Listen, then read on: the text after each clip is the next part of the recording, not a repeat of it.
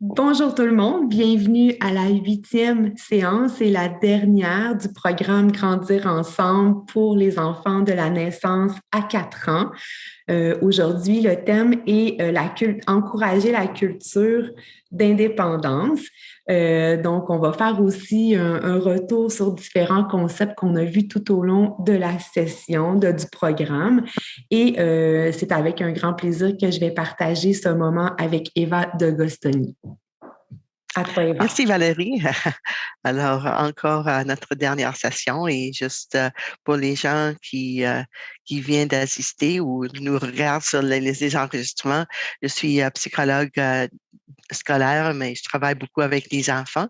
Et ici, on va partager avec vous encore des pensées sur l'approche développementale de Dr. Neufeld. Euh, alors, je vais commencer en partageant l'écran. Ici. Hop, non, non, c'est pas ça que je veux ici. Bon, alors, on parle de l'encourager à l'indépendance, mais c'est vraiment, qu'est-ce qui est important ici, c'est comprendre que sur l'approche développementale, l'approche développementale nous dit que l'indépendance va venir naturellement. Des fois, qu'est-ce qui empêche un peu cette capacité de cette, le développement de cette capacité d'indépendance, c'est qu'il y a des choses qui l'empêchent, comme certains comportements, comme certaines émotions.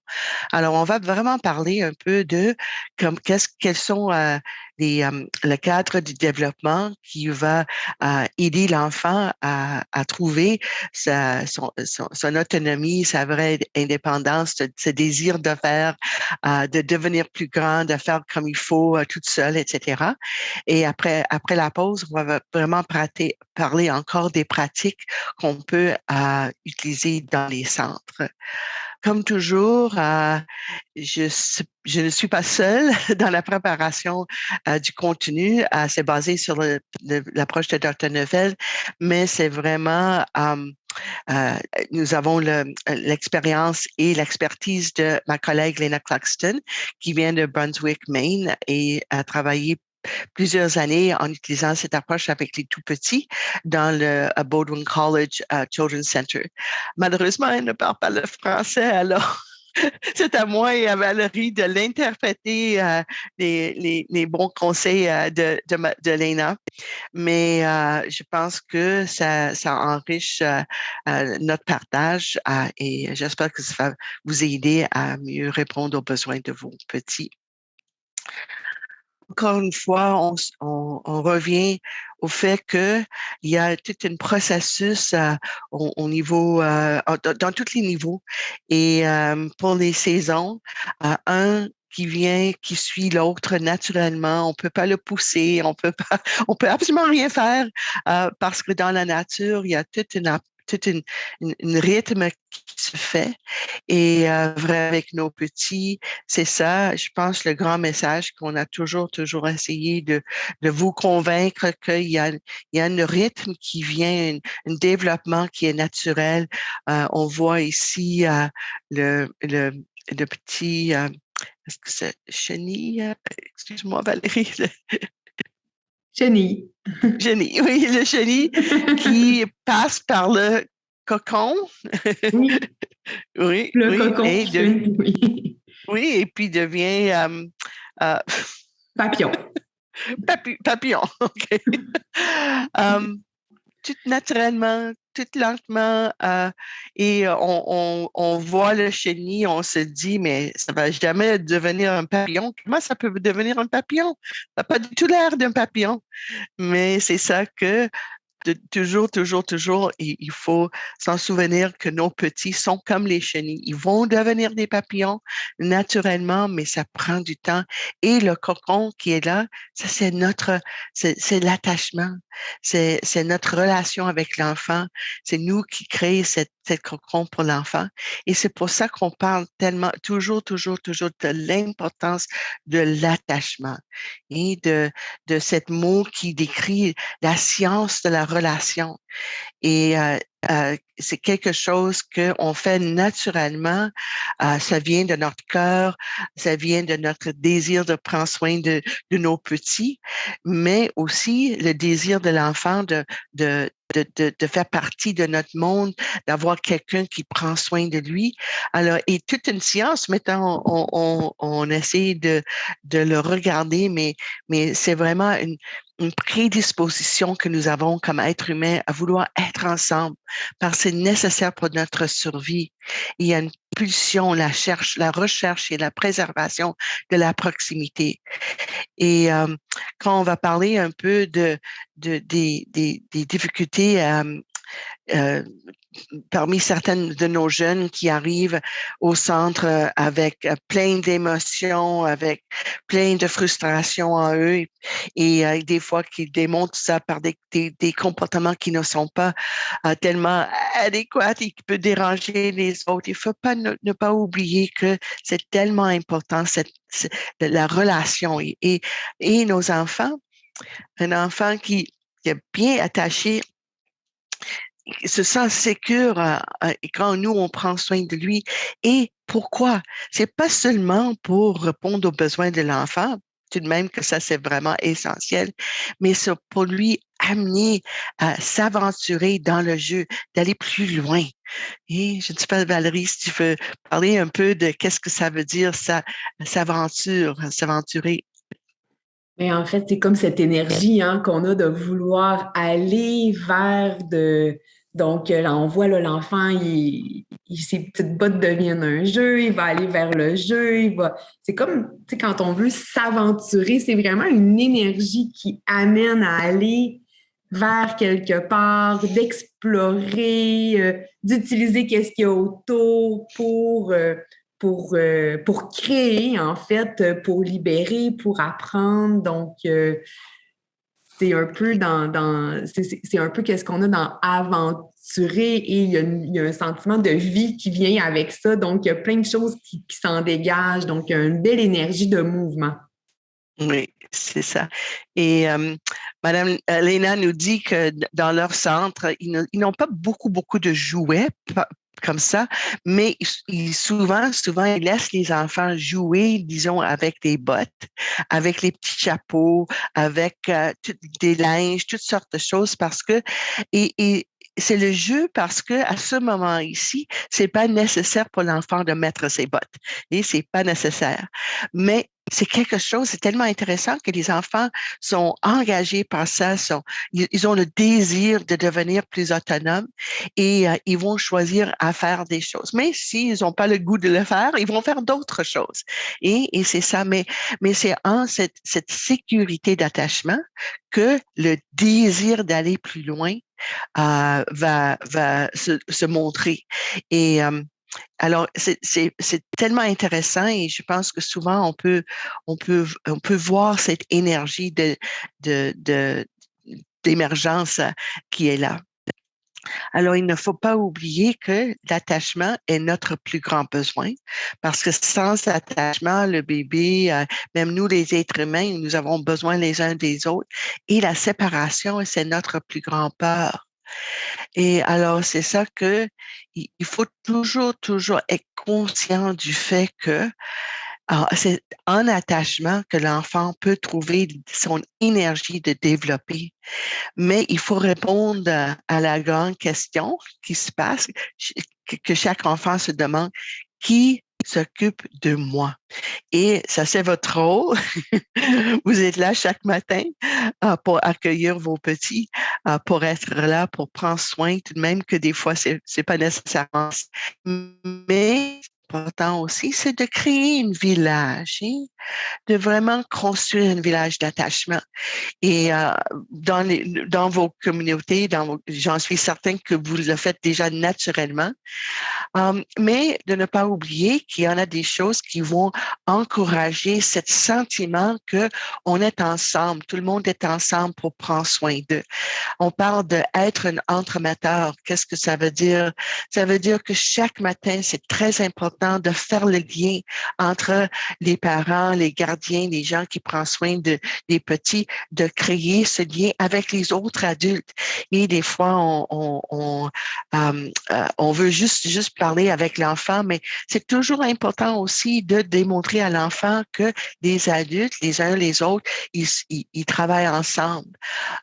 Et encore une fois, si possible, des visites à domicile ou des visites en classe où les parents, les gardiens sont invités à venir pour rencontrer, pour que l'enfant voit que c'est tous les adultes qui travaillent ensemble pour prendre soin des autres. Et comme ça, ils vont être rassurés que oui, tout le fait que peut-être maman, papa, grand-maman, mon gardien est parti, que je fais partie de quelque chose qui est plus grand. Les soins primaires, qu'est-ce que Léna nous dit encore une fois, c'est de ne pas oublier que c'est important pour l'enfant et même pour la famille d'avoir une relation avec une personne en primaire, une personne qui va être comme leur repère, la personne à qui ils vont se diriger pour avoir de l'information.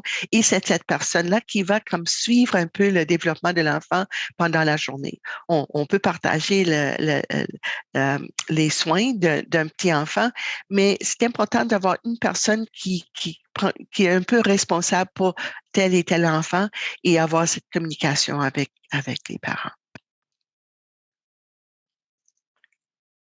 Et de ne pas oublier nos petits curieux, joyeux, charmants. Absolument. Je viens de passer parce que je suis chez des amis et ils avaient pendant 3 jours leurs petits-enfants qui étaient ici, un petit de 4 ans, un garçon et une fille de 7 ans. Et qu'est-ce que j'ai vu avec le petit de 4 ans? Absolument curieux, joyeux, charmant, mais aussi impulsif, sans considération et demandant. Cette gentil petit garçon, quand il n'était pas tout à fait, quand sa grande sœur n'était pas toujours comme il voulait, hey, il voulait frapper, il voulait crier un petit peu. Et il ne faut pas oublier que ça fait partie pas seulement du fait que l'enfant n'a pas encore appris à faire des choses, mais plutôt ça fait partie du fait que le développement n'est pas encore là. Et les traits, il nous dit, ils ne sont pas comme nous. Et parce que il manque quelque chose et qu'est-ce qui manque? C'est le développement du cerveau. Et on a parlé beaucoup dans les autres sessions que le cerveau, ça prend du temps pour développer. Maintenant, ça c'est quelque chose qui m'intéresse beaucoup et c'est pour ça que je vais donner dans l'année prochaine, on va donner une présentation sur le neurosciences du jeu parce que le cerveau est tellement complexe, tellement beaucoup des parties qui doivent rejoindre pour communiquer les uns avec les autres, pour rendre l'enfant dans un état de maturation, de maturité. Mais ça prend du temps, ça prend du temps, ça prend du temps. Et comme psychologue, des fois, je suis un peu triste parce que il y en a des psychologues, des gens qui se disent qui comprennent les enfants, etc., mais ils n'ont pas pris une bonne route pour nous aider à aider nos petits.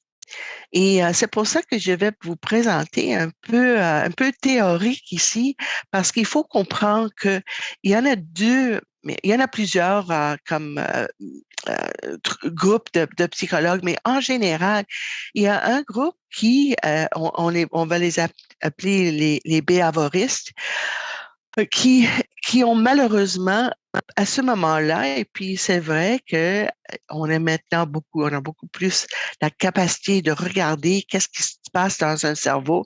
Il y a longtemps, même quand j'ai commencé à avoir mes études comme psychologue, on n'était pas capable de regarder le cerveau. Il y avait tout un groupe de psychologues qui ont dit, mais on va oublier le cerveau, puis on va juste regarder les comportements et on va juste regarder comment on peut changer les comportements.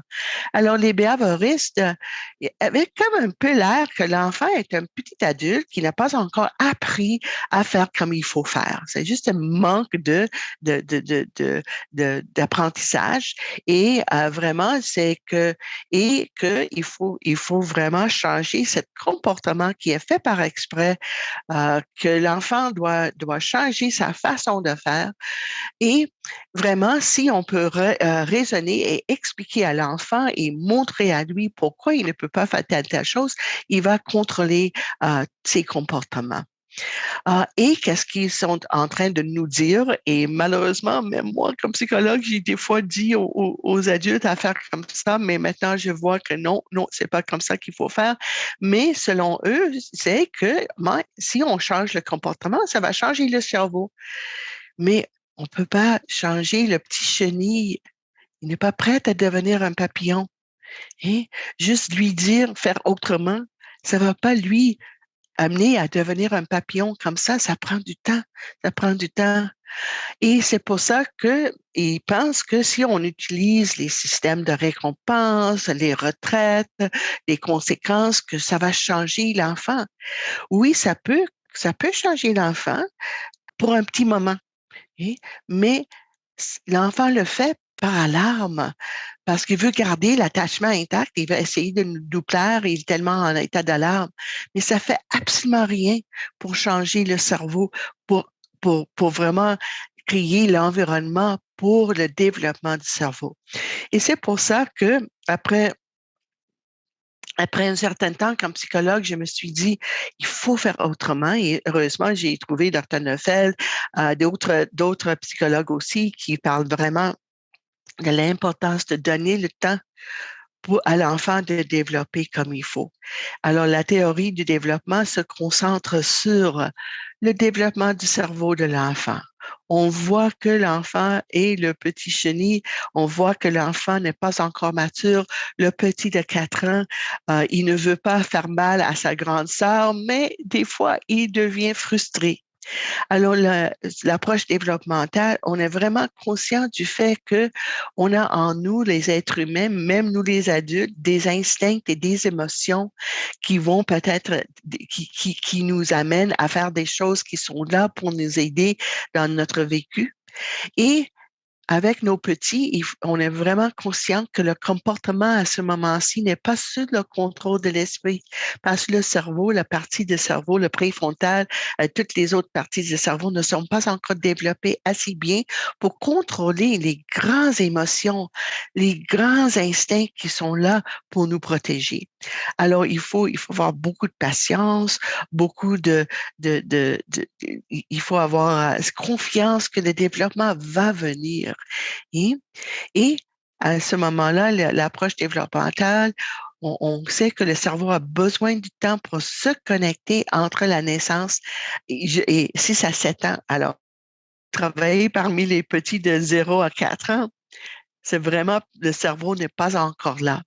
Alors, qui est important, et on va passer un peu de temps là-dessus, c'est que on va modifier la gestion de la classe pour travailler en harmonie avec les ressources internes du jeune enfant. Ce sont des ressources qui ne sont pas bien développées. Et qu'est-ce qu'on va essayer de faire, c'est de créer un environnement qui va soutenir la maturation. Et on va être comme un peu comme on va tenir le petit et avoir confiance que la maturation va venir. Et à mesure que les enfants grandissent, la plupart des problèmes de comportement vont s'améliorer.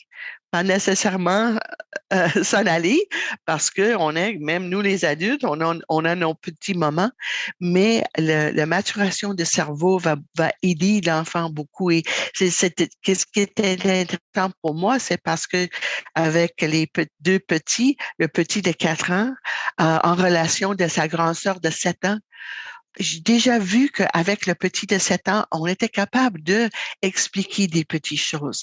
Oui, avoir patience avec ton petit frère parce que lui est frustré, il se sent malade, il n'est pas en forme aujourd'hui. Peux-tu être un peu patient avec lui?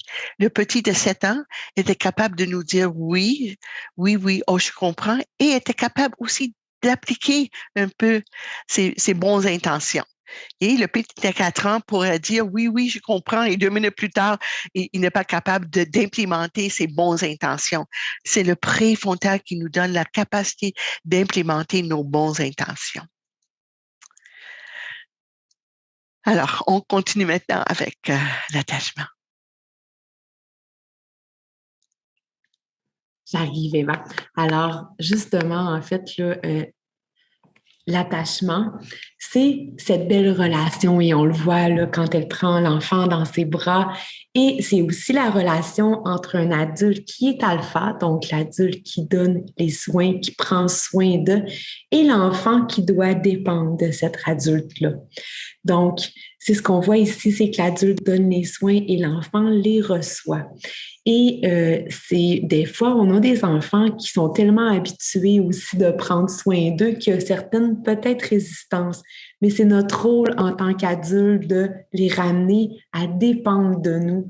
Et on a déjà parlé là, de cette, on va dire qu'ils vont se, se, se c'est de cette vulnérabilité-là qui vont se laisser aller, en fait, dans les soins de l'adulte.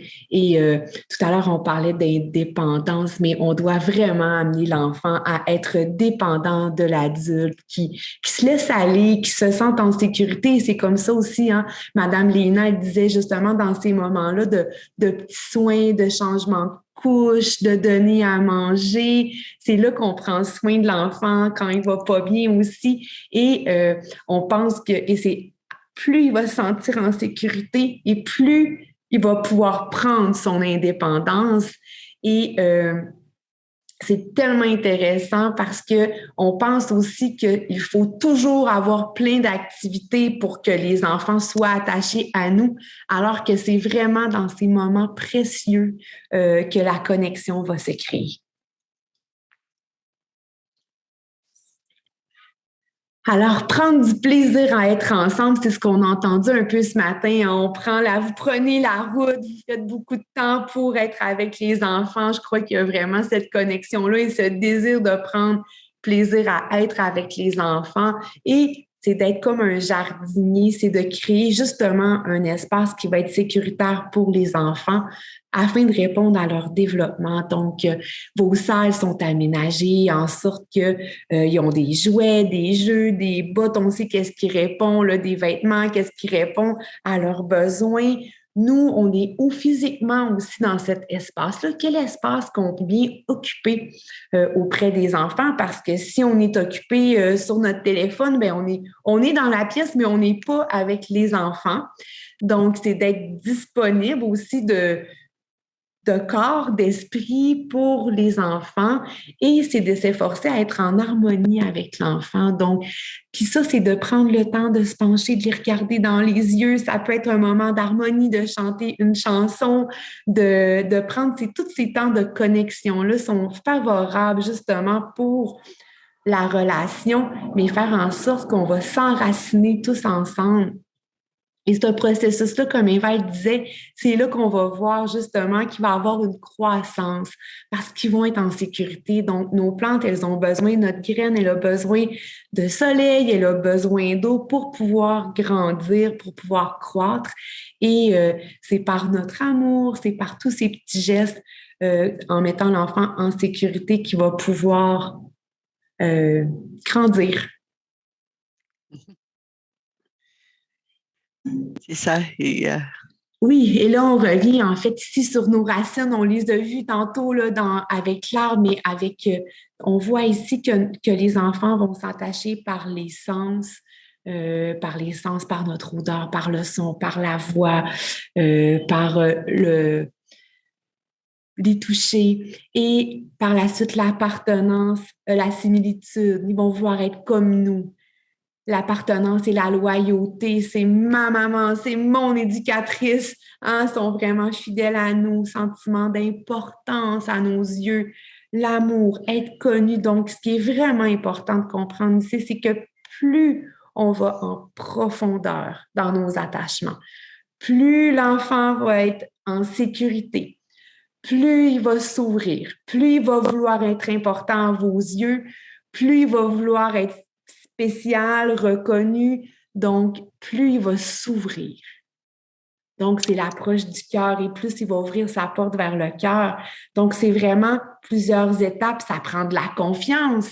Ça prend beaucoup de confiance, beaucoup de sécurité pour pouvoir s'ouvrir. Et qu'est-ce qui est vraiment intéressant ici, c'est que plus on est attaché, plus la relation est en profondeur et là, plus l'enfant va grandir, plus il va maturer et plus il va être un enfant qui va avoir justement là, qui va grandir, qui va s'épanouir en fait là, dans la vie. Eva, si tu veux ajouter. Oui, alors prendre du plaisir d'être ensemble. Et encore une fois, les gens qui ont suivi toutes les sessions avec nous, on revient, on revient, on revient. Mais et encore parce que Madame Léna avait cette expérience de jour à jour avec les petits, c'était qu'est-ce qui m'a vraiment impressionné et qu'est-ce qui revient, que j'essaye de retenir encore une fois, cette ambiance et cet rythme de l'enfance. Et elle m'a toujours parlé du fait que le rythme de l'enfance est lent. Et Val, qui me connaît très, très bien, je suis quelqu'un qui veut faire des choses, qui veut aller plus vite, qui veut parler vite. Et pour moi, être avec les petits, ce serait un grand défi. Mais je suis vraiment maintenant, même cette semaine avec les petits, j'ai essayé de me retirer un peu, de me ralentir un peu. Et qu'est-ce que j'ai vu? J'ai vu ce petit de 4 ans qui regardait partout. Et il est sur la ferme de ses grands-parents, mais il regardait partout. Il y avait comme j'ai apprécié beaucoup comment c'est pas facile, même pour un enfant de 4 ans, de tout voir, de mettre les choses ensemble. Alors, c'est très important de ne pas avoir, de pas aller trop vite. Et, moi, j'aime bien ce petite image-là avec la madame qui qui marche lentement avec ses petits. Mais qu'est-ce qui est important aussi, c'est de ne pas oublier que juste l'acte d'apporter je sais pas comment on appelle ça, c'est quoi, Valérie? Un petit, euh, Un petit bac? un petit bac, oui, quelque chose. Mais ça, c'est l'autre chose que j'ai appris de Madame Léna, c'est que juste l'acte de prendre le bac et d'amener quelque part. On ne sait pas exactement qu'est-ce qu'il veut faire avec, aucune idée, mais c'est l'acte de l'apporter lentement. Et regarde comment les enfants, ils sont engagés dans ça. Ça, c'est une activité. Juste le fait, comment on peut travailler ensemble pour amener ce grand bac-là à un autre lieu. Alors, il faut juste respecter cette lenteur, cette rythme. Et, c'est pour ça qu'il faut faire attention d'avoir comme un rythme, un rythme lent de petit à petit et comme très important d'avoir de l'ordre, de forme, de prévisibilité, mais un rythme qui prend conscience du fait que c'est pas facile pour les petits de changer d'une idée à l'autre, hein. Alors, c'est pour ça que souvent, je pense moins d'activités, mais un respect pour chaque activité est très important. Elle nous encourage aussi d'avoir cet rythme journalier, abonnement, Hebdomadaire. saisonnier, encore pour démontrer aux enfants que les choses vont revenir, ils vont avoir un rythme. Alors ça, c'est important aussi. Et naturellement, notre rôle, c'est aussi de rôle de guide et c'est nous qui sommes en charge de l'enfant. C'est à nous de assurer qu'on va toujours créer les relations solides. Alors, c'est chaque matin, malgré qu'est-ce qui s'est passé hier, je vais toujours être là pour l'enfant. Donner les soins primaires, comme j'ai dit, avoir une personne qui est la personne primaire, primaire, je ne sais pas si c'est le bon mot, mais la personne... Ben, la première personne qui vient s'occuper de l'enfant, la personne la responsable, la plus près, la plus proche de. Oui, c'est ça. Toujours ne pas oublier que les enfants n'entendent pas seulement les mots qu'on leur dit, mais regardent parce qu'ils sont attachés à l'âge mais des petits bébés. Pour eux autres, c'est les sens. Et qu'est-ce que ça veut dire? Ils nous regardent le visage. Est-ce que nous sommes heureux de les voir? Et est-ce que nos yeux brillent? Est-ce qu'on est vraiment accueillant? Et encore une fois, je me souviens quand euh, même moi, parce que des fois, j'avais en tête le désir d'être très gentil avec quelqu'un, mais à cause du fait que je voulais faire des choses vite, j'ai oublié de sourire, j'ai oublié de prendre un petit moment. Et très important quand on dit bonjour, de vraiment juste avoir ce moment de connexion avec l'enfant. Et c'est juste être présent dans l'accueil. Pas facile nécessairement quand il y a plein de toutes sortes de choses qui se passent. Mais cet accueil est tellement important. Um, Valérie, peut-être tu peux encore juste revenir un peu sur le temps de soins corporels. Oui, ben tout à l'heure, c'est un peu ce que je disais, mais en fait, vraiment prendre le temps. Des fois, ça va vite, hein. Ça va très vite, mais tu sais, juste prendre le temps après avoir mangé, de l'aider à se laver les mains, de connecter avec les yeux, de viens, je vais prendre soin de toi, viens, je vais te laver, je vais t'aider à laver tes mains, le faire ensemble. On le sait, les enfants s'attachent beaucoup par les sens. Euh, Lors de changements de couche, tu sais, Léna nous a amené beaucoup à dire on peut chanter une petite chanson avec les enfants, décrire qu'est-ce qui se fait. Et je pense vraiment, moi, qu'est-ce qui m'inspire beaucoup là-dedans, c'est vraiment, on met pas souvent l'emphase sur comment c'est important prendre soin de l'enfant dans ces petits moments, mais grands moments, en fait, de vulnérabilité aussi. Donc, je pense que si on arrive à se concentrer puis dire combien ma présence, elle est importante pour l'enfant en ce moment-là, de prendre le temps de faire correctement, puis je le sais que ça va vite, mais quand on est moins chargé, puis on comprend aussi cette importance-là, je pense qu'on vient changer notre attitude, puis on va le faire peut-être plus en souriant ou en riant ou tu sais, viens, je vais te laver, au lieu de dire, t'es encore tout sale, puis tu sais, même moi, en tant que maman, tu sais, ça m'est arrivé souvent, mais quand on le comprend, ça, je pense que on vient changer notre manière de faire et parce qu'on comprend. Et aussi, je pense que c'est là que ça a un impact grandissant sur notre enfant, mais aussi sur la relation qu'on va développer tous ensemble. Et on les voit des fois, nos enfants, justement, dans ces temps-là, qui ont des fois, ils ne veulent pas avoir besoin d'aide, mais c'est à nous, on disait, on est un guide, de venir dire, moi, je suis là pour t'aider à ce moment-là. Laisse-moi t'aider. Et c'est là qu'on va encore renforcer cette relation-là. Exactement. Et c'est vraiment, je pense que parce que peut-être les gens vont dire, mais il redit les mêmes choses, mais même pour nous, les adultes, ce n'est pas facile de changer notre façon de faire. Et encore une fois, juste mon expérience avec tout ce que j'ai appris, de petit à petit, j'ai fait des petits changements même dans les relations avec mes grands-enfants. Et juste pour dire des bonjours, mais juste ça, on doit laver les mains de l'enfant. Mais comment on le fait? Et juste la façon de faire, ça prend peut-être deux, 3 secondes de plus, mais le message que ça donne à l'enfant, c'est que quelqu'un prend soin de moi. Et oups, excuse-moi, tout le système du corps se calme. Et vous avez plusieurs jeunes dans vos centres qui, malheureusement, sont souvent dans un état d'alarme pour plusieurs raisons. Alors, comment on peut les calmer? Et la seule façon de les calmer, c'est dans les actes où on prend soin.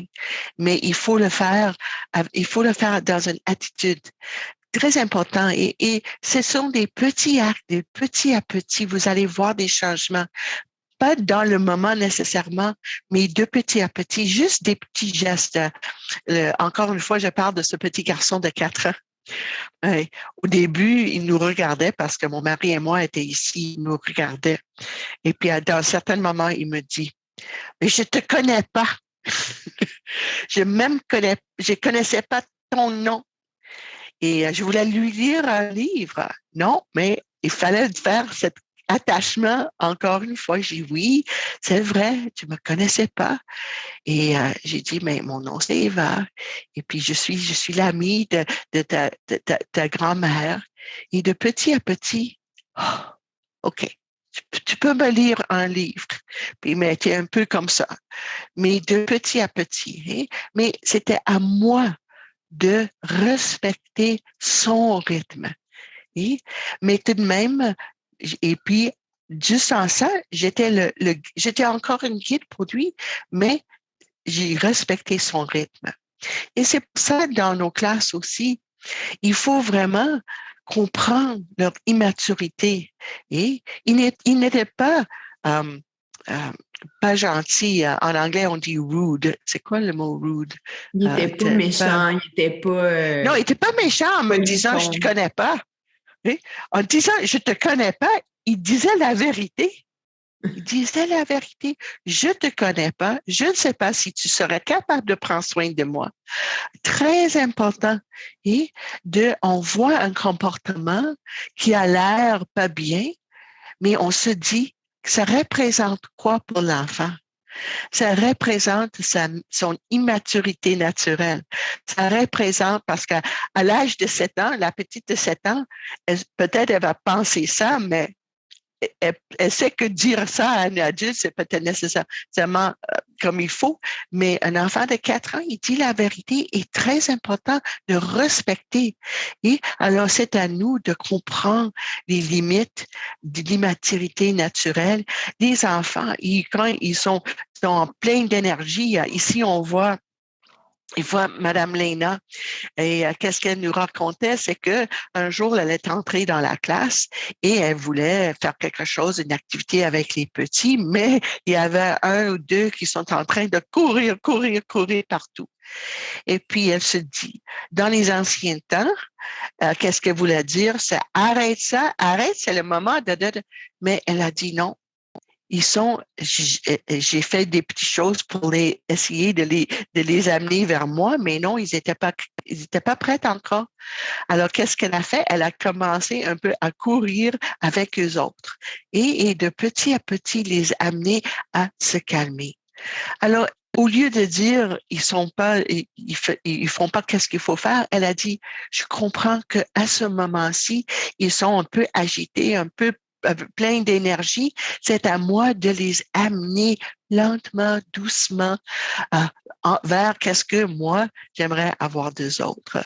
Alors c'est à nous d'accepter l'immaturité et assumer la responsabilité d'imposer le comportement, mais vous voyez qu'elle n'a pas exigé un changement de comportement, elle a trouvé un moyen. Ça c'est pas facile à faire. C'est quelque chose qu'on doit pratiquer de petit à petit. Et un autre exemple, j'ai vu une madame qui voulait lire un livre aux enfants, et puis le livre avait plusieurs pages, et après 4 ou 5 pages, c'était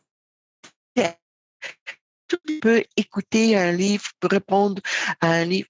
Et qu'est-ce qu'elle a fait? C'est que les enfants commençaient à bouger. Au lieu de dire aux enfants, arrête de bouger, qu'est-ce qu'elle a dit? C'est que, je vois que vous avez besoin d'un petit pause. Puis, elle a fermé le livre et elle a commencé à bouger, à faire des choses. Alors, c'est ça, c'est que c'est à nous de lire les enfants, de répondre aux besoins, au lieu de toujours essayer de changer les comportements. Et les gens vont dire, mais les autres jeunes, ils vont voir, ils veulent, mais eux autres, ils veulent écouter le livre. Mais les autres, ils veulent écouter le livre, mais c'est désagréable pour eux autres aussi quand on essaye de corriger toujours le comportement. Ici, un petit bien nouveau, mais je veux avoir le livre. Oui, on va revenir plus tard. Mais le fait que les adultes ont comme une attitude de bienveillance, c'est ça que les petits, ils veulent avoir. Le livre, c'est bien, mais l'attitude de l'adulte, ça, c'est l'essentiel. Et c'est pour ça que... Oui. Oh, excuse-moi, Eva. J'allais juste dire que c'est quelque chose qui est très important ici, là, c'est qu'on ne laisse pas les enfants faire ce qu'ils veulent faire, mais c'est l'adulte qui voit que présentement, ça ne fonctionne pas avec le groupe ou avec un ami. Donc, il vient directement dire, OK, on va trouver un moyen de faire autrement pour répondre aux besoins du groupe. Alors ça, c'est très important, ce message-là aussi, que ce n'est pas de dire, on laisse les enfants tout décider. Non, non, non, ce ne sont pas les enfants qui décident. C'est vraiment l'adulte qui se rend compte que, oups, les amis ne sont pas en train d'écouter le livre ou que ça chicane un peu, donc il va dire, on va revenir, ça serait peut-être un meilleur moment. Donc, cette distinction-là, elle est très importante. Donc, c'est l'adulte en tant que guide qui prend une décision de changer plutôt que d'essayer individuellement de les ramener à l'ordre. Et là, ça devient très épuisant aussi d'essayer de dire non, non, fais pas ci, va là, puis finalement, on a perdu le fil de l'histoire de toute manière. Donc, de prendre cette décision-là, puis d'assumer parce qu'on se rend compte que ça ne fonctionne pas. Donc, c'est l'adulte. C'est vraiment important de comprendre que c'est vraiment l'adulte qui prend cette décision-là pour le bien de l'enfant ou du groupe. Oui, c'est ça, c'est ça. Parce qu'il y en a des gens qui disent, mais avec toute cette approche développementale de l'attachement, on va laisser les enfants faire n'importe quoi. Non, pas du tout. Mais qu'est-ce qu'on veut dire ici, c'est vraiment cette attitude et c'est l'adulte qui décide. L'adulte qui décide et on lit les besoins de nos jeunes. Et il y a dans certaines, et puis j'en suis certain que vous avez déjà eu cette expérience, certains groupes, c'est facile de les gérer. D'autres groupes, pas tellement facile. Mais il ne faut pas oublier que pour les enfants, les séparations, les adultes qui ne sont pas qui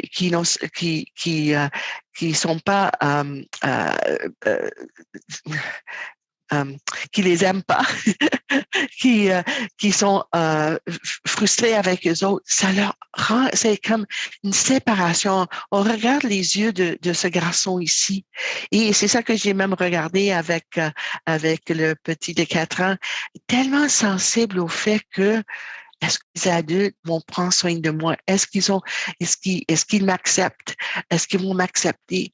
Alors, très important de toujours ne pas oublier qu'un enfant de 0 à 4 ans a tellement besoin d'attachement. C'est toujours important de créer un environnement d'attachement. Même Madame Léna a dit, si possible, pas nécessairement possible, mais si elle devrait sortir de la chambre, pour certaines élèves, pour certaines jeunes, elle leur a dit, je vais sortir, mais je reviens. Et toujours dire à l'enfant, je reviens, mais je vais sortir pour les avertir s'ils le regardaient comme ça. Non, non, je sors, mais je revenir. Une autre chose qui est tellement important aussi, de ne pas oublier que même pendant la journée, c'est important de créer des petits liens avec les parents, avec les gardiens, avec la famille. Et c'est pour ça que vous avez des pratiques que vous avez dans vos centres qui vont créer ce lien. Si papa est quelqu'un et puis je sais que maintenant, il y a beaucoup de power, et si par hasard papa joue et peut-être avoir, et puis j'en suis certain que vous avez peut-être dans vos salles des tambours, mais si le petit va vers le tambour et on peut lui dire, oui, ton père, il joue au tambour, grand-papa joue au tambour. Toujours essayer de créer ce lien, ce village d'attachement qui est important pour l'enfant. Certains enfants ont besoin des fois de regarder un petit photo, une petite image des parents. Oui, papa va revenir. Oui, grand-maman va revenir. Alors, toujours juste essayer de parler de leurs parents, de parler de qu'est-ce qui se passe dans leur famille, d'essayer de maintenir ce lien-là pendant toute une longue journée. Et ça peut être long pour un petit de 3 ans, de 2 ans. Oui. Et maintenant, on va parler de pratiquer d'une discipline qui ne divise pas et qui ne nuit pas à leur relation. Et encore une fois, ce n'est pas, et on a déjà parlé de comment le faire, parce que si on utilise les pratiques qu'on a suggérées ici, de répondre aux besoins, de guider les enfants vers les bons comportements au lieu d'exiger des bons comportements, ici, il faut vraiment encore une fois, toujours essayer de trouver des moyens d'éviter les séparations. Parce que nous, on veut pas provoquer cette alarme, mais malheureusement, un visage comme ça, et puis on a dû utiliser un chat parce qu'on voulait pas vraiment juger les adultes, mais c'est ça que même notre regard désapprobation, un regard d'avertissement, un ton d'avertissement, si c'est utilisé trop, ça ne veut pas dire, quand dans un petit moment, on peut dire à un enfant, arrête, si l'enfant va faire quelque chose de dangereux, absolument. Mais il faut faire attention de ne pas faire trop souvent. Et qu'est-ce qui est important ici, c'est pas seulement l'enfant avec qui on a cette interaction qui va affecter. Mon fils, il a maintenant 36 ans, mais quand il était petit, il était quelqu'un qui était toujours bon. Il était très, très bon petit garçon. Mais il était vraiment affecté par comment les adultes ont interagi avec les autres élèves. Et souvent, il est venu me voir, il me dit, maman, parce qu'il avait un ami qui, qui était un peu comme, très activé, un jeune qui était pas capable de toujours gérer ses comportements. Et puis, il dit, maman, l'enseignante était pas contente avec lui. Et puis, ça faisait du mal pour lui d'avoir ce regard envers son ami. Alors, il faut faire attention de ne pas trop utiliser ça. Et c'est pour ça on a parlé vraiment de l'importance de trouver d'autres moyens. Et même avec nos petits 0-4 ans, leur toujours expliquer pourquoi on fait pas ça parce que c'est pas gentil, ton ami tu vas blesser ton ami, blablabla. C'est quand on le fait parce que oui, on veut aider l'enfant à mieux comprendre. Mais quand j'ai vu un très, très, très, un jeune homme très, très, très gentil avec une classe de maternelle, des petits de 5 ans, un peu plus âgés, mais pas loin de vos petits. Et puis, ce gentil bonhomme, homme, euh, était excellent. Il toujours disait, ben, lui, toi, il essaie souvent séparer les garçons parce qu'il faisait des choses. Ben, toi, ici, toi, là, parfait. Et on gère l'environnement pour minimiser les problèmes de comportement. Mais il faisait en même temps, mais toi, ici, parce que tu sais, blablabla, blablabla, et puis tout expliqué pourquoi il a mis le petit là, puis l'autre, et de. Et moi, comme observatrice, qu'est-ce que j'ai vu? J'ai vu les garçons qui regardaient ce monsieur-là avec les grands yeux. Et aucune idée qu'est-ce qu'il disait, aucune idée. Mais le regard disait, mais est-ce que tu m'aimes encore? Est-ce que tu es fâché avec moi? Et je lui ai dit, j'ai déjà expliqué au petit pourquoi il faisait, juste fais-le Ils parlent pas parce qu'ils sont tellement dérangés avec tous les mots que tu utilises. Juste lui dire, oh, c'est correct. Ici, c'est tout. Mais il dit, ils vont jamais apprendre. J'ai dit, ils vont apprendre. Mais dans le moment, l'important, c'est de gérer les circonstances avec une bienveillance. C'est tout. Pas trop de mots. Et, Si tu me permets, Eva, je vais juste ajouter, tu sais, puis des fois, il y a des mots qu'ils ne comprennent pas non plus. Il y avait une petite fille dans mon entourage, puis sa maman lui disait tout le temps, ton comportement, peux-tu avoir un bon comportement? Et elle a répondu, Fine, whatever that is, comportement. Peu importe qu'est-ce que c'est comportement, je vais le faire. Et c'est là qu'on a compris, on s'est regardé, puis on comprenait que juste de dire ton comportement, OK, mais fine, je vais essayer de le faire, mais c'est quoi que ça veut dire comportement? Et là, on a ri en tant qu'adulte, mais c'est vraiment, c'était une des fois que je me suis dit, OK, on essaie d'en parler beaucoup, on lui dit beaucoup de choses, puis finalement, elle ne comprenait pas vraiment l'essentiel. Elle avait environ ça, 4 ans. oui, c'est ça. Et, et moi, j'ai dit à cet homme, j'ai dit, j'en suis certain qu'à la fin de la journée, tu es tellement fatigué, tu as autant parlé. Je dis, oui, je suis toujours épuisée. Parle moins, tu auras beaucoup plus d'énergie. Oui, et puis donner la retraite. Est-ce qu'on peut amener un enfant de s'éloigner de la classe, du groupe? Absolument, s'il a besoin de ça. Et je pense qu'on a déjà parlé dans la session 7 de l'enfant qui, qui, a- qui, quand il était fatigué, a mordu les autres enfants. Oui, on peut les séparer, mais c'est pas pour lui donner une leçon. C'est parce que c'est la meilleure chose pour lui. Viens, tu vas jouer ici. Et tu vas jouer ici. C'est mieux pour toi de venir ici, à côté de moi, etc. Mais c'est pas pour une conséquence. Et enlever une chose en conséquence. Qu'est-ce qui est important ici, c'est que si l'enfant lance toujours les blocs et ça fait mal aux autres, on peut dire à un enfant, aujourd'hui, tu vas jouer avec des choses qui vont faire tu vas jouer ici. Nous, même, c'est pas important d'expliquer à l'enfant, tu n'as pas le droit de jouer avec les blocs parce que tu les as lancés Non, non, on dit pas ça. On dit à l'enfant, non, tu peux pas jouer avec les blocs, mais viens, tu peux jouer avec. Et on va donner quelque chose. Alors, ça a l'air d'une conséquence, mais c'est pas une vraie conséquence.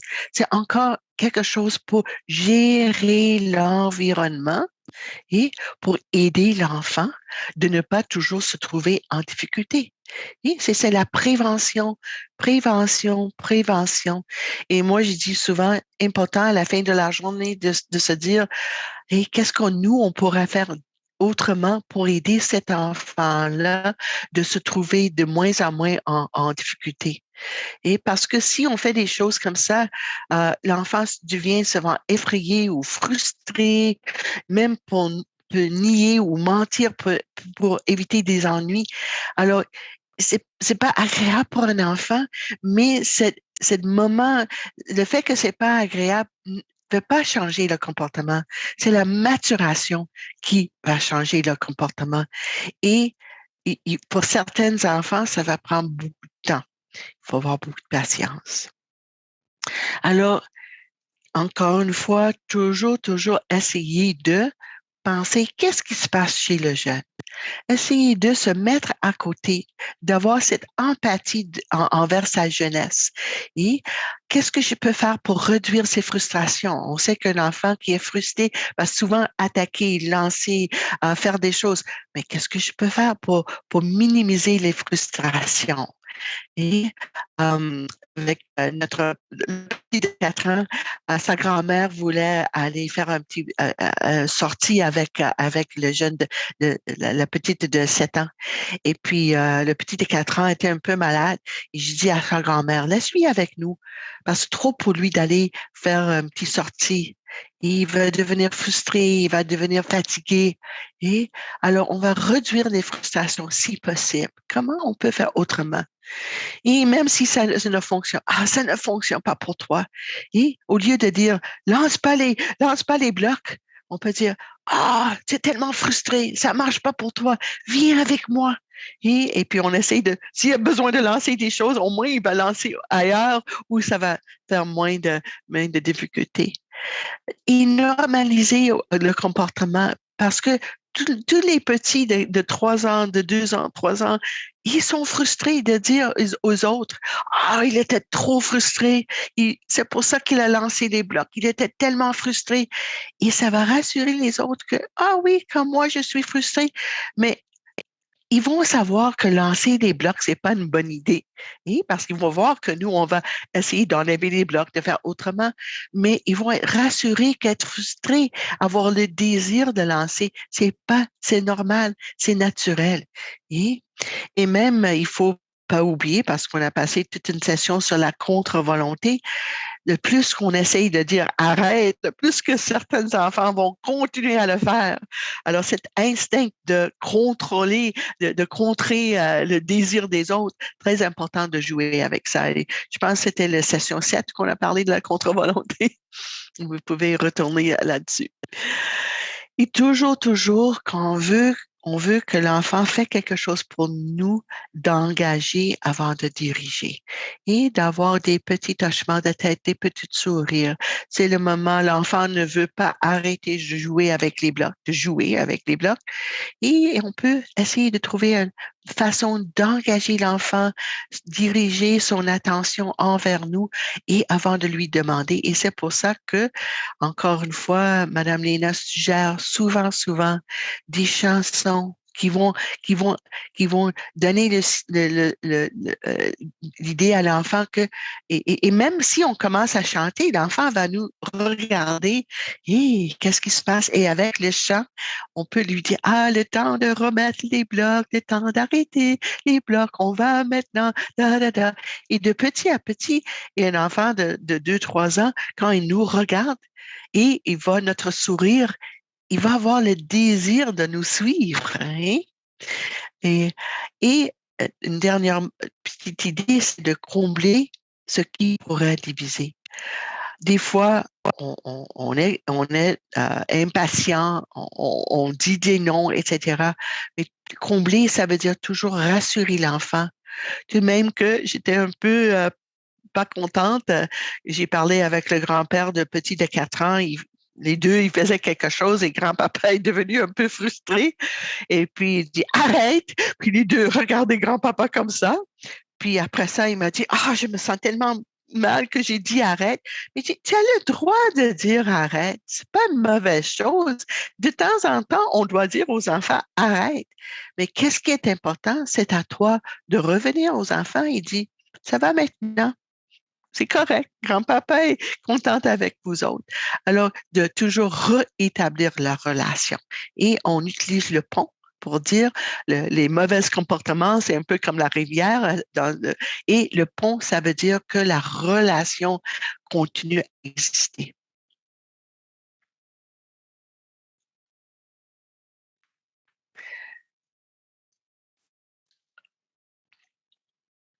Alors, encore une fois, ajuster nos attentes.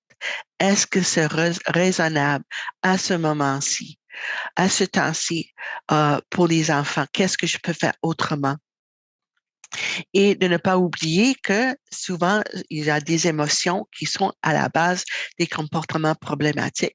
Un enfant qui a pas bien dormi, un enfant qui a vécu des choses difficiles, peut-être le matin, les parents étaient fatigués, n'étaient pas en forme et il y avait un peu de chicane le matin. Ça se passe dans toutes les maisons, mais c'est de ne pas oublier que l'enfant arrive avec ses pleines émotions. Et peut-être parce que on était tellement, euh, euh, il fallait faire des choses qu'il n'y avait pas le moment pour exprimer ses émotions. Quand il arrive au centre, des fois, il va exprimer certaines émotions. Alors, c'est à nous de comprendre. Ah oui, peut-être le matin n'était pas facile pour lui. Viens, je vais faire quelque chose avec toi pour t'aider à faire sortir tes émotions. Et à cet âge-là, que c'est vraiment pas quelque chose qui est intentionnel rationnel, mais c'est une réponse à une émotion, réponse à un instinct. Et comme ça, c'est pas une question de combattre l'émotion avec la raison, juste accepter l'émotion et essayer de gérer les comportements qui viennent avec ça.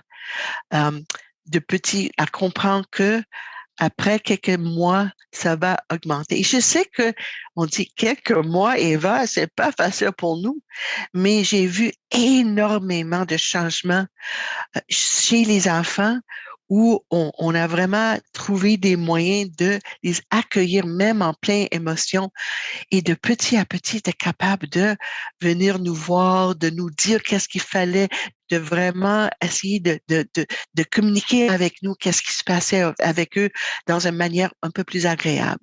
Alors, toujours important de protéger la relation parce que qu'est-ce qu'on veut vraiment, c'est que les enfants viennent nous voir. Et c'est pour ça que si on peut passer en mode de jeu, ici, à Madame Léna, les enfants doivent aller quelque part. Peut-être ils n'étaient pas dans un mode de vouloir y aller. Puis il les a dit, hey, on va faire des petits pas de chat. Et on va faire des pattes de chat pour y aller. Alors, c'est toujours essayer de trouver un moyen d'avoir ce plaisir avec nos petits et de petit à petit les guider et créer l'environnement pour créer cette maturation. Je ne sais pas si tu as des petites choses à ajouter parce que sinon, c'est notre... Non, c'est tellement beau, en fait, justement, tu sais, toujours cette belle relation-là d'entretenir. Puis il y a quelque chose que j'aime bien, Eva, que tu as dit quand tu as vu justement les changements. Le changement prend du temps. Puis, tu sais, des fois, on entend, ah, j'ai essayé ça, ça n'a pas fait. Mais tu sais, de se donner du temps aussi en tant qu'adulte qui prend soin des enfants, parce que nous aussi, des fois, on arrive avec notre bagage, on a fait de la route, on a peut-être un café en moins, on est parti, puis oups, il y avait notre propre enfant qui était lui-même en crise, ou tu sais, on a tout notre bagage en tant qu'adulte et notre réalité, et on est des humains. Et des fois, ça nous arrive aussi, justement, là, d'être comme les enfants, puis d'avoir une émotion, puis on l'exprime, puis on répond pas nécessairement comme on aurait voulu, puis on a un peu, des fois, justement, ce regret ou culpabilité. Mais je pense que quand tu nous dis ici, ben, on peut faire des ponts, puis ça a un impact positif. Tu sais, on a le droit, en fait, de dire arrête et justement, mais de revenir puis dire tout est correct, tout va bien. Et c'est encore une fois quand on comprend l'impact du après, puis l'importance de venir le faire, ben, tu sais, c'est tellement simple qu'on peut pratiquement pas passer à côté. C'est juste de dire, ben, je vais venir, tu sais, je vais aller le revoir pour dire, écoute, tout est correct. Tu sais, ou juste un sourire peut venir confirmer à l'enfant que tout va bien, tout est correct, puis même pour les autres. Donc, ce que je voulais dire aussi, mais c'est ça, c'est de se donner du temps de connecter tranquillement et toujours se rappeler que même nous, en tant qu'adultes, il y a des gens avec qui c'est plus difficile d'entrer en relation, puis par notre propre bagage et dépendamment des journées, on n'a pas envie de parler, on n'a pas envie de s'exprimer auprès de tous. Donc, c'est vraiment une question de temps, de rythme et de grand respect. Et justement, là, de saisir ces opportunités-là, de voir d'arriver doucement, de juste des fois être à côté et faire un sourire, des yeux tendres, des yeux doux qui vont montrer à l'enfant, je comprends qu'est-ce qu'il y a. Donc, vraiment utiliser toute notre personne dans tout notre être pour arriver à créer cette relation-là. Mais j'aurais le goût de nous dire aussi, donnons-nous du temps et donnons du temps aux enfants d'entrer dans cette relation-là. Voilà.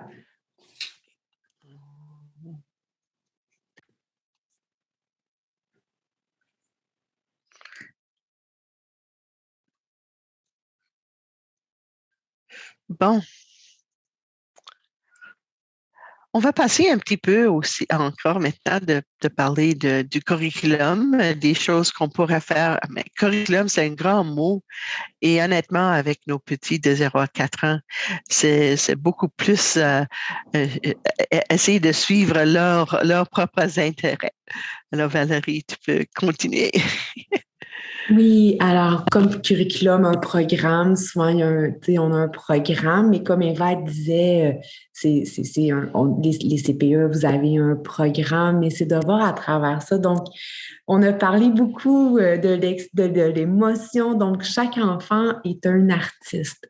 Le problème est de savoir comment rester artiste en grandissant.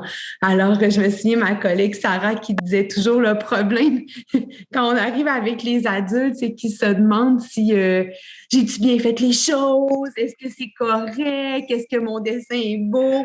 Alors, c'est vraiment, on a cette difficulté en tant qu'adulte à rester dans notre cœur d'enfant, donc d'où l'importance de permettre aux enfants là, de s'exprimer sans juger, donc permettre l'art, tant de s'exprimer avec des vêtements, que ce soit dans le dialogue, que ce soit dans l'art, dans la musique. Donc, on le laisse être cet artiste-là. Être artiste, c'est être à l'écoute et se tourner vers le nouveau en disant oui à la vie dans toute sa diversité et sa richesse. Et les enfants affrontent la créativité avec la vie avec ouverture et créativité. Ils fabriquent des choses, jouent à faire semblant et créent un monde de beauté et de plaisir.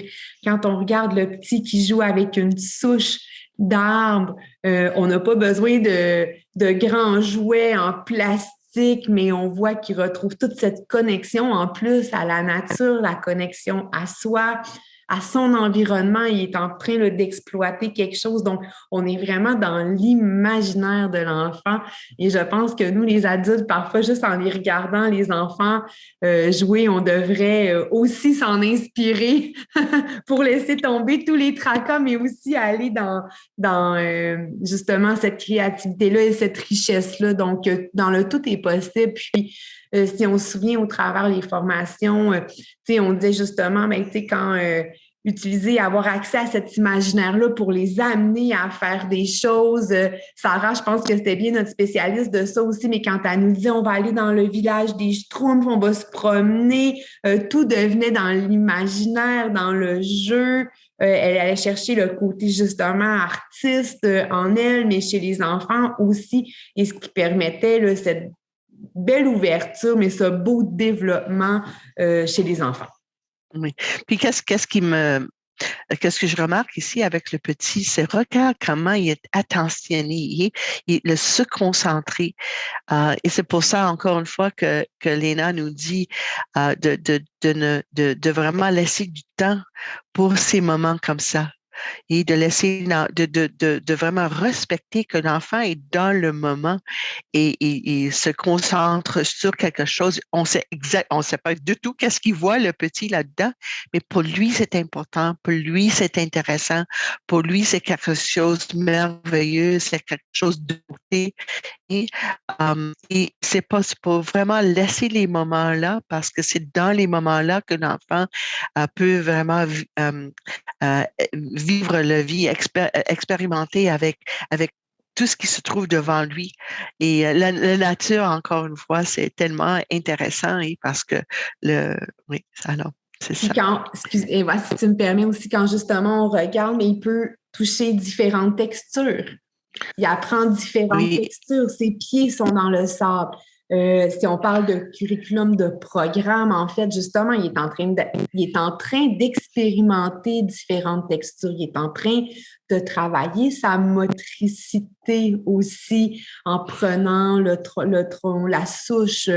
Donc, il y a beaucoup de choses qui est en train, et aussi, il est très calme. Donc, tu sais, on parle d'autorégulation chez les enfants, choses qu'ils ne sont pas nécessairement capables de faire, mais là, on voit que là, il est dans un moment de calme, de bien-être. Et ça, c'est important, donc, de les amener à vivre ces expériences-là aussi. Donc, il y a beaucoup là, de composantes qui sont en train de se passer seulement en étant assis avec la nature.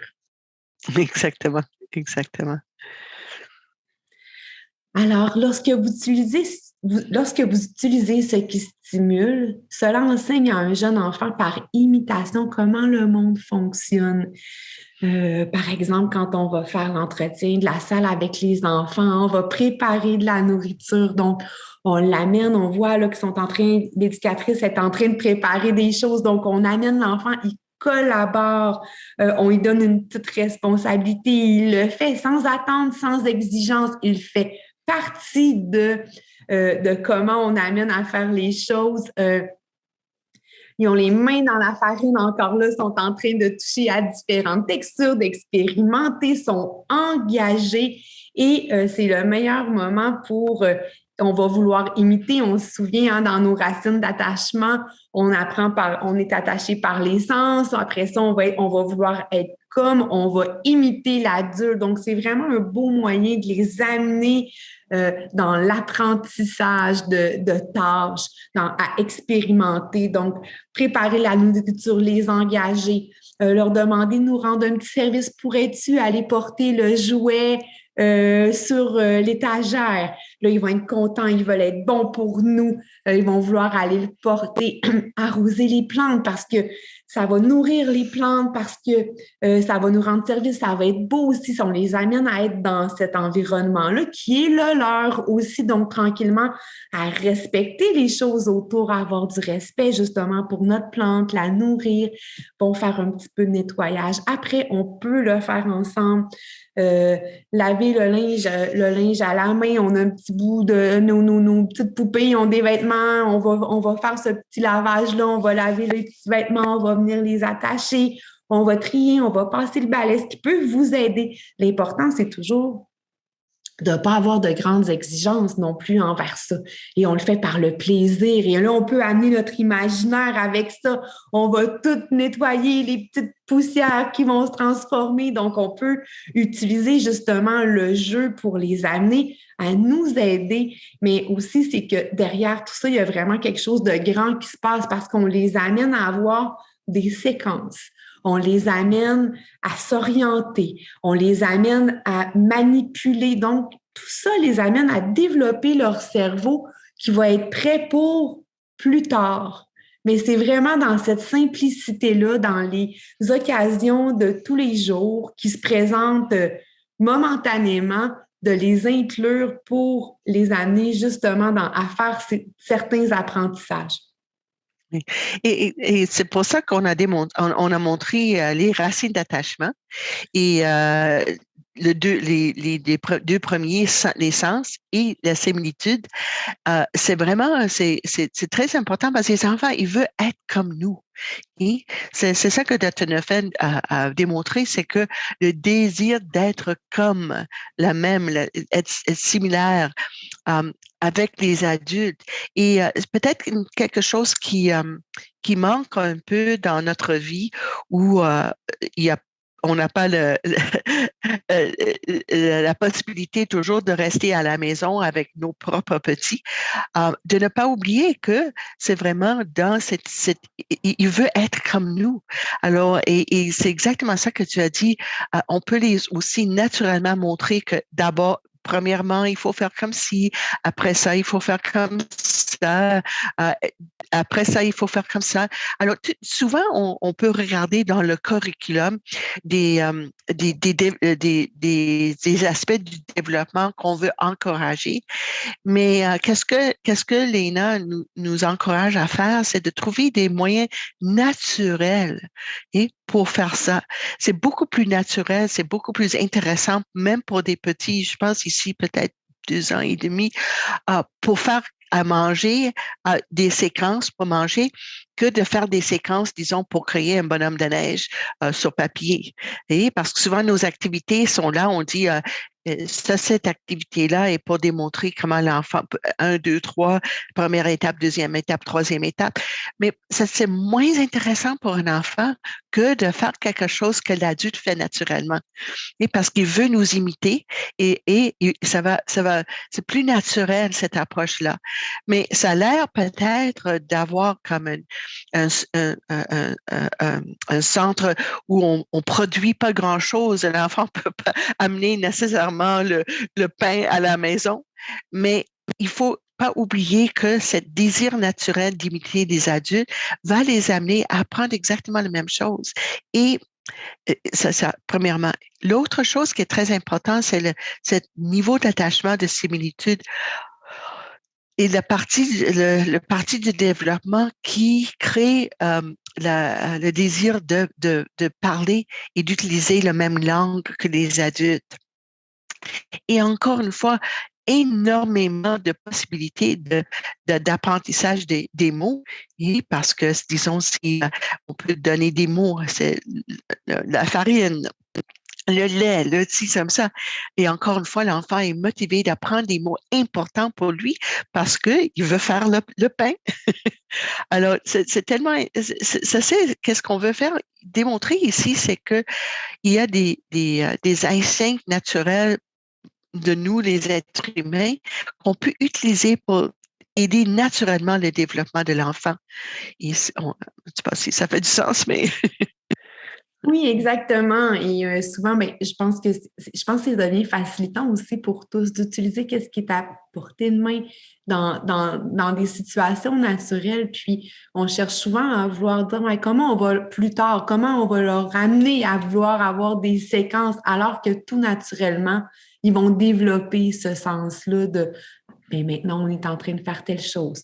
Par exemple, on sort les ingrédients, on verse dans un bol. Donc, on les amène tranquillement à plus tard. Mais c'est dans le plaisir aussi. C'est dans le plaisir, on va le partager, on va le manger, on va pouvoir en donner. Fait que, en fait, je pense aussi qu'un des messages ici qui est important, c'est de voir que à travers la simplicité, on répond à de grands besoins. Puis il y a de grandes choses qui sont faites là. Puis justement, dans une journée qui est très mouvementée, parce que chacun a ses émotions, chacun a son bagage, chacun a ses besoins, de planifier est important.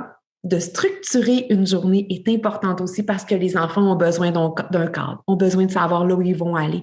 Mais ça peut être simple, qu'est-ce qu'on va faire avec les enfants et en le faisant avec eux aussi. Et là, on prend plaisir à être ensemble. Et c'est là qu'il y a une grande magie qui va opérer parce que ils vont vouloir être bons pour nous, parce on est un modèle, on est un guide, parce que ensemble, on va vouloir prendre soin de notre environnement. Donc, la simplicité. Voilà. oui, exact. Oui.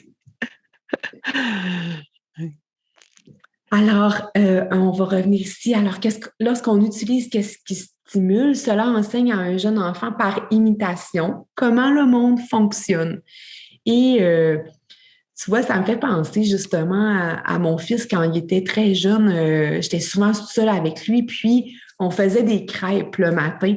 Et à 2 ans et demi environ, Vincent, il était capable le matin, quand il en voulait, il était capable d'aller chercher tous les ingrédients, puis il l'amenait. Mais pourquoi? Parce je l'avais toujours mis inclus, en fait, dans qu'est-ce que je faisais, parce que c'était difficile pour moi de faire à manger, fait que je l'assoyais, je lui permettais de jouer et de manipuler.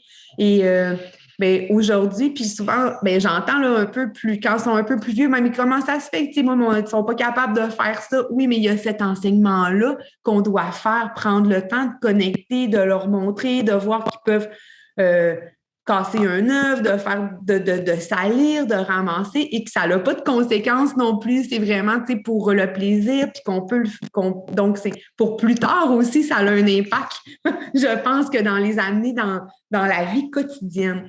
Et donc, voilà, quand on les amène à voir comment le monde fonctionne, c'est un bel apprentissage et utiliser l'équipement avec soin, réparer. Des fois, il y a des objets qui sont cassés, puis on va vouloir dire, bien, on va les réparer ensemble, respecter les êtres vivants, ranger les choses régulièrement. Donc, ça, c'est une belle routine qu'on peut prendre de dire avant, oh, bien, on va changer d'activité, mais avant, on va tout venir ranger. Et on le fait avec les enfants.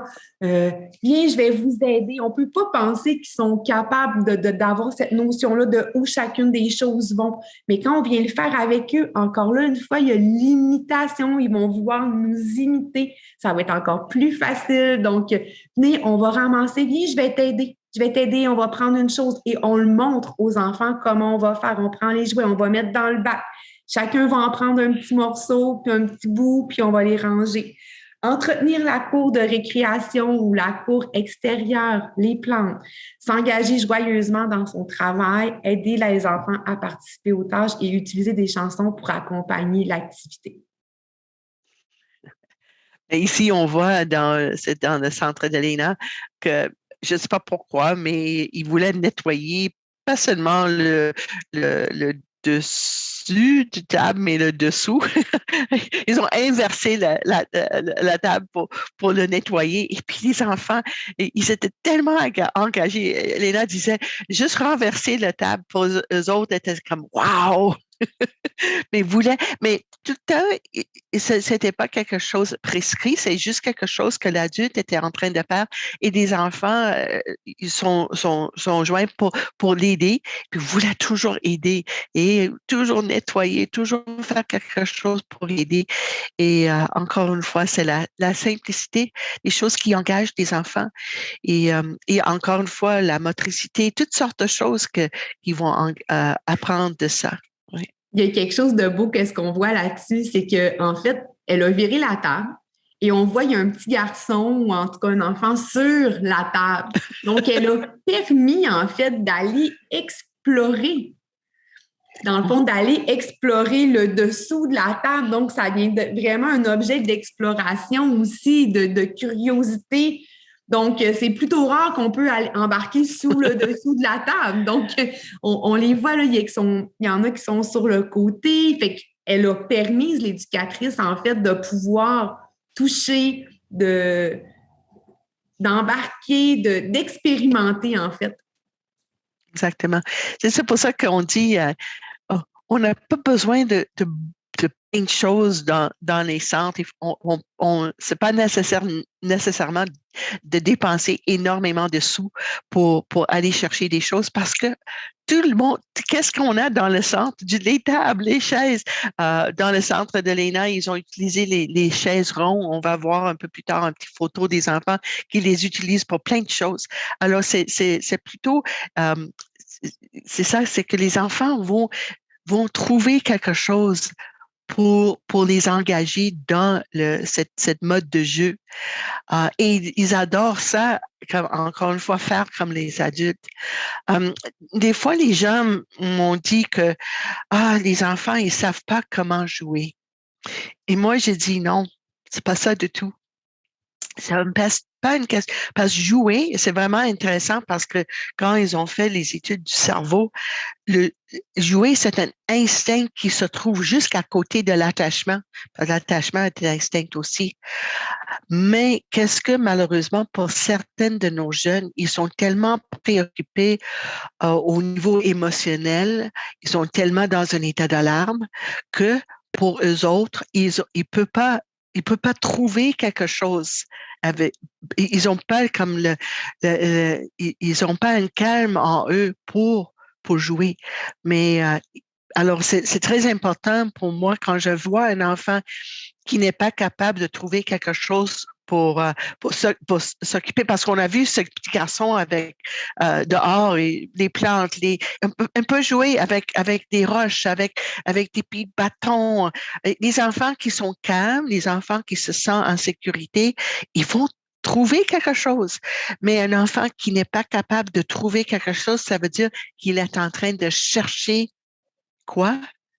De l'attachement, de sécurité. Et encore une fois, c'est pour ça qu'on dit créer l'environnement de sécurité va aider les enfants à trouver leurs instincts naturels pour jouer. Et c'est tellement intéressant parce que souvent, comme adulte, si on montre à un enfant comment jouer, c'est pas l'acte de montrer comment jouer qui fait l'effet, c'est notre interaction avec lui. Hein? Alors, on vient à côté, on essaie de lui engager et c'est l'engagement qui ouvre son cerveau à trouver quelque chose à jouer. Alors, montrer à un enfant comment jouer, c'est pas nécessaire, mais être engagé avec lui, avoir une relation avec lui, ah oui, ça c'est l'essentiel.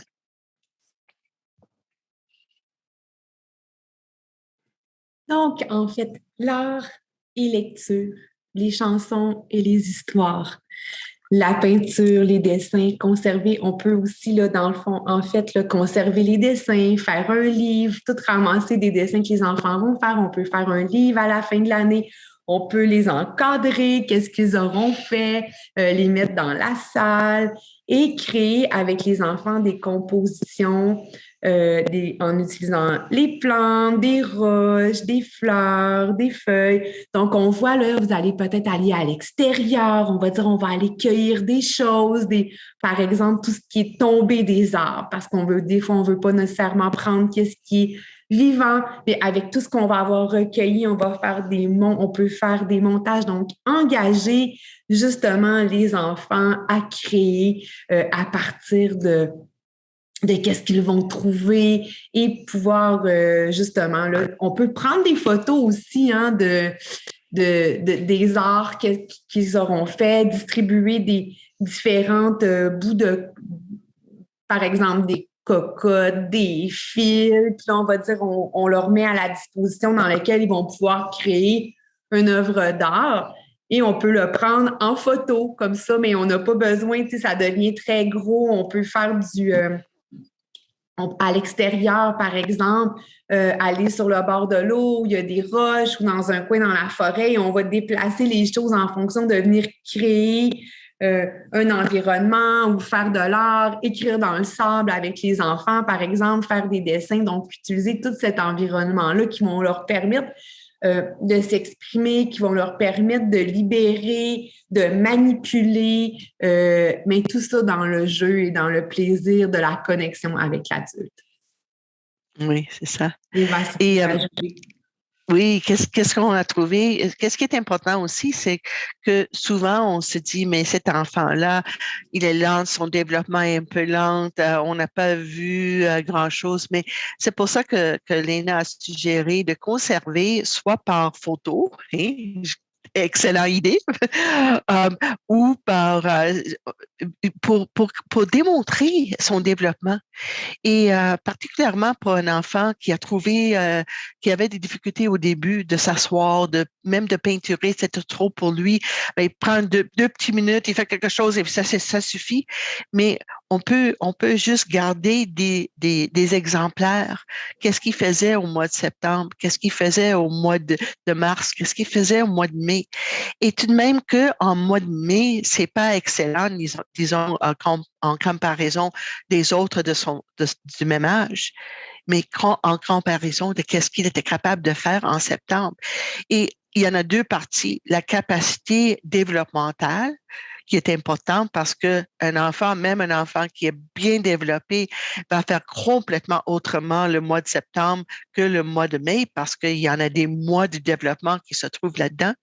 Mais pour certains jeunes, c'est pas seulement une question du développement corporel, mais aussi du développement de ce sentiment de sécurité. Au début, 2 minutes, 1 minute, il s'assoit, boum, boum, boum, fini. Mais le mois de mars, 5 minutes. Pas grand-chose. Il y en a plusieurs de jeunes qui sont capables de le faire pendant 10, 20 minutes. Mais pour lui, 2 minutes à 5 minutes à 10 minutes, ça, c'est vraiment une amélioration. Et moi, comme psychologue, toujours, je regarde pas nécessairement qu'est-ce qu'il fait selon son âge, mais je me demande, est-ce qu'il a amélioré? Okay? Est-ce qu'il y avait une amélioration? Est-ce qu'on a vu un développement?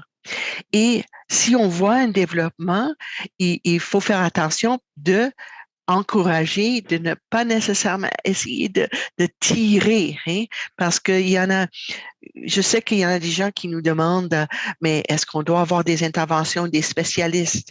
Oui, pour certaines de nos jeunes, absolument, mais pour la plupart de nos jeunes, si on est capable de démontrer un développement naturel et d'où vient ce développement? Ça vient de notre part. Si on est capable de créer cet environnement douce, bienveillant, avec un rythme qui respecte le rythme des jeunes enfants, ce développement va se passer même chez les jeunes pour qui il y a plein de défis dans leur vie. Alors, c'est pour ça que moi, je dirais, comme psychologue, prends toujours des photos, des petits tranches chaque mois, juste pour rassurer que, ah oui, il y a une amélioration. Il y a quelque chose qui se passe. Et ça nous donne l'espoir que ça va venir pour cet enfant-là. Et des fois, ça peut aller assez vite. Le moment que tout le système se sent en sécurité, le développement peut venir vite. Hein? Alors, il faut faire attention mais d'avoir cette patience encore. Patience, confiance et créer l'environnement. Mais les arts sont une magnifique façon de le faire, les histoires, les dessins, etc.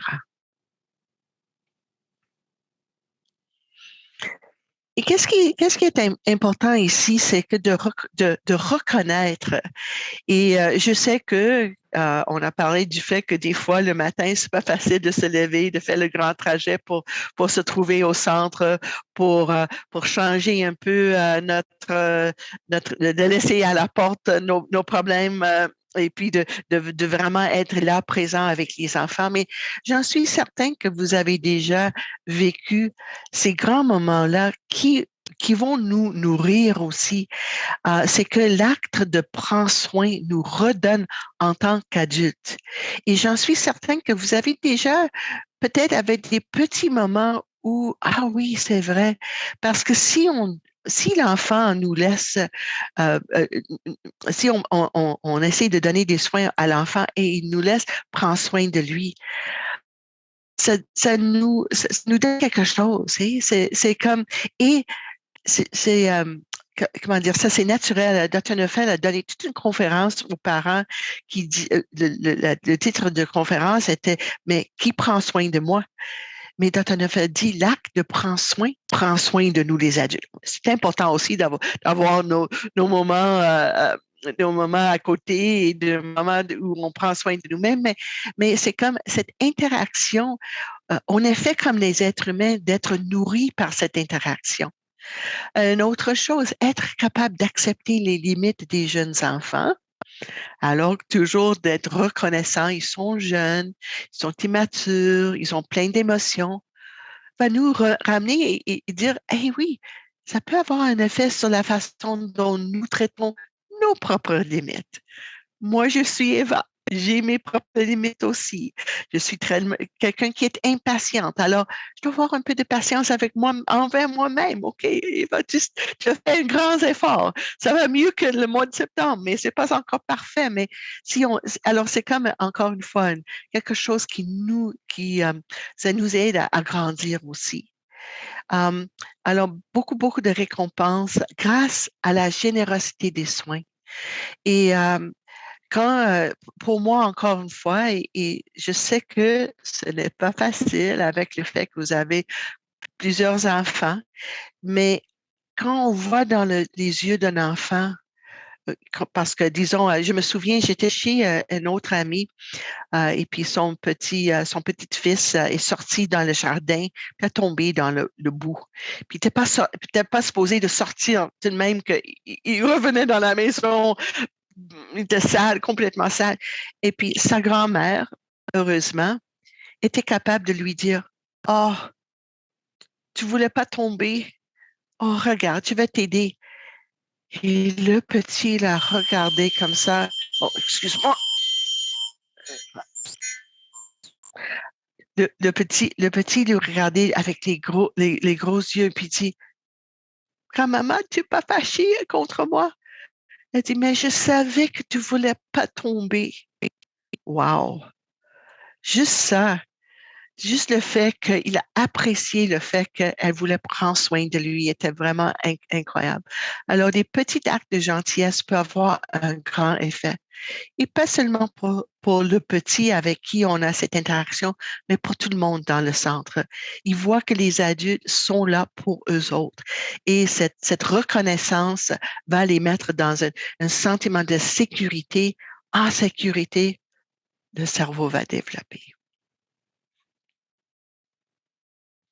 On a un petit poème qu'on veut partager avec vous autres. Ça va être un peu intéressant.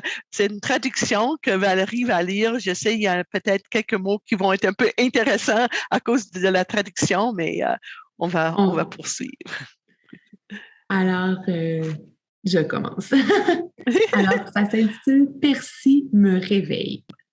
Percy me réveille et je ne suis pas prêt. Il a dormi toute la nuit sous les couvertures. Maintenant, il a soif d'action. Une promenade, puis un petit déjeuner. Alors je m'empresse. Il est assis sur le comptoir de la cuisine où il n'est pas censé être. Comme tu es merveilleux, dis-je. Comme cette intelligence si vous avez besoin de moi pour me réveiller. Il pensait qu'il allait se faire réprimander et profondément, ses yeux commencent à briller. Il tombe sur le canapé pour plus de compliments. Il se tortille et couine. Il a fait quelque chose dont il avait besoin et maintenant, il entend que tout va bien. Je lui gratte les oreilles, je le retourne et le touche partout. Il est sauvage avec le bien fondé de celui-ci. Puis nous marchons. Puis il déjeune et il est content.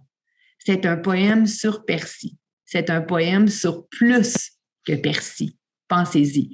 Alors, oui, il y a eu un petit peu là, de traduction, mais Eva va nous expliquer là, l'essentiel de... Oui. Et ça, c'est un chien, je pense, qui n'est pas supposé de faire ouais, s'asseoir sur le comptoir. Mais encore une fois, c'est exactement ça. C'est Mary Oliver qui a écrit le poème, mais l'adulte, la personne qui est en charge de ce chien-là, au lieu de voir qu'il fait quelque chose, il m'a réveillé, dit, mais lui, ça c'est son instinct, ça c'est naturel pour lui, de vouloir avoir quelque chose à manger. Au lieu de lui réprimander, il est allé voir, oui, c'est ça, c'est bien que tu voulais me réveiller. Et, et c'est tellement intéressant parce que c'est encore une fois, comme la grand-mère qui a dit, au lieu de dire à son petit fils, hey, tu ne devrais pas sortir dans le jardin, tu devrais pas. Elle a dit, tu ne voulais pas tomber, accompagner, venir à côté. Et c'est ça que des fois, on se demande, est-ce que nous, on avait quelque chose dont on avait besoin? Et si quelqu'un nous a dit, c'était correct que tu avais ce besoin-là. On a parlé pendant la pause du fait que des fois, on peut arriver au centre avec nos propres besoins. Aller voir la directrice qui dit, oui, je vais prendre soin de toi, je vais essayer d'arranger les choses pour vous aider. Si quelqu'un vous a répondu selon vos besoins, qu'est-ce que vous avez ressenti à ce moment-là?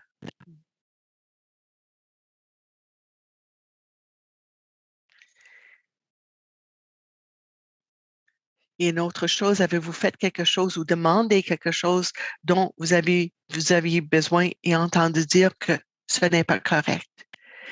Souvenez-vous de ce que vous avez ressenti.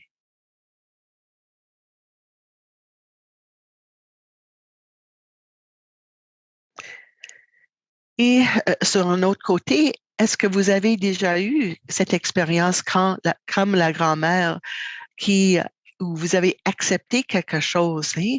Et même, je ne sais pas si elle était vraiment prête d'accepter le fait que maintenant son petit-fils était tout sale, etc. Mais elle a vraiment donné cette bienveillance envers cet enfant-là. Et c'est quoi le texte de donner? Et je ne sais pas si le mot en français bienveillance donne la même idée, mais bienveillance, ça veut dire donner plus que, et plus que l'autre a mérité. Et quand vous avez donné plus que l'autre avait mérité, qu'est-ce que c'était? Qu'est-ce que vous avez ressenti là-dedans? Alors, c'est un peu. Alors, encore juste pour faire un petit retour, il faut agir avec notre cœur. Hein? Il faut être comme jardinier, avoir beaucoup de patience et beaucoup de confiance au fait que la plante va développer, les fleurs vont devenir des fruits. Avoir cette patience, parce que c'est dans notre nature. On est vraiment en train de retourner envers qu'est-ce que les aînés nous a dit. Je me souviens quand on avait Mary Coon avec nous, elle a dit dans les anciens temps, avant, ils ont accepté l'enfant comme il est. et ils ont accepté. Alors, c'est une joie de travailler à la fois avec et dans la nature, revenir au naturel. S'efforcer de créer cet environnement qui mène naturellement à l'indépendance, à la maturation et à la croissance. Et c'est pas quelque chose c'est pas nécessaire pour nous de pousser nos enfants. Ils vont y arriver avec l'environnement que nous, on va créer pour eux autres.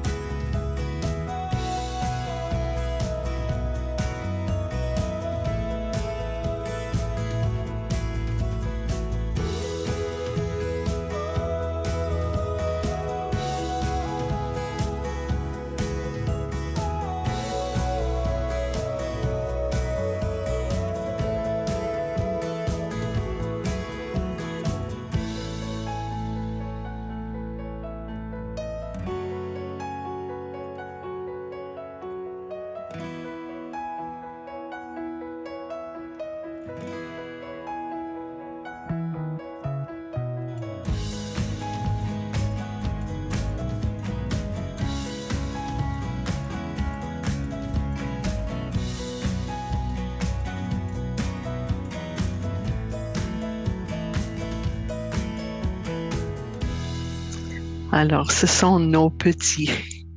Et j'espère que nous avons vous inspiré un petit peu de continuer à faire qu'est-ce que vous voulez vraiment faire pour vos petits, pour vos jeunes, parce que vous êtes là pour une très, très bonne raison et vos jeunes ont besoin de vous autres.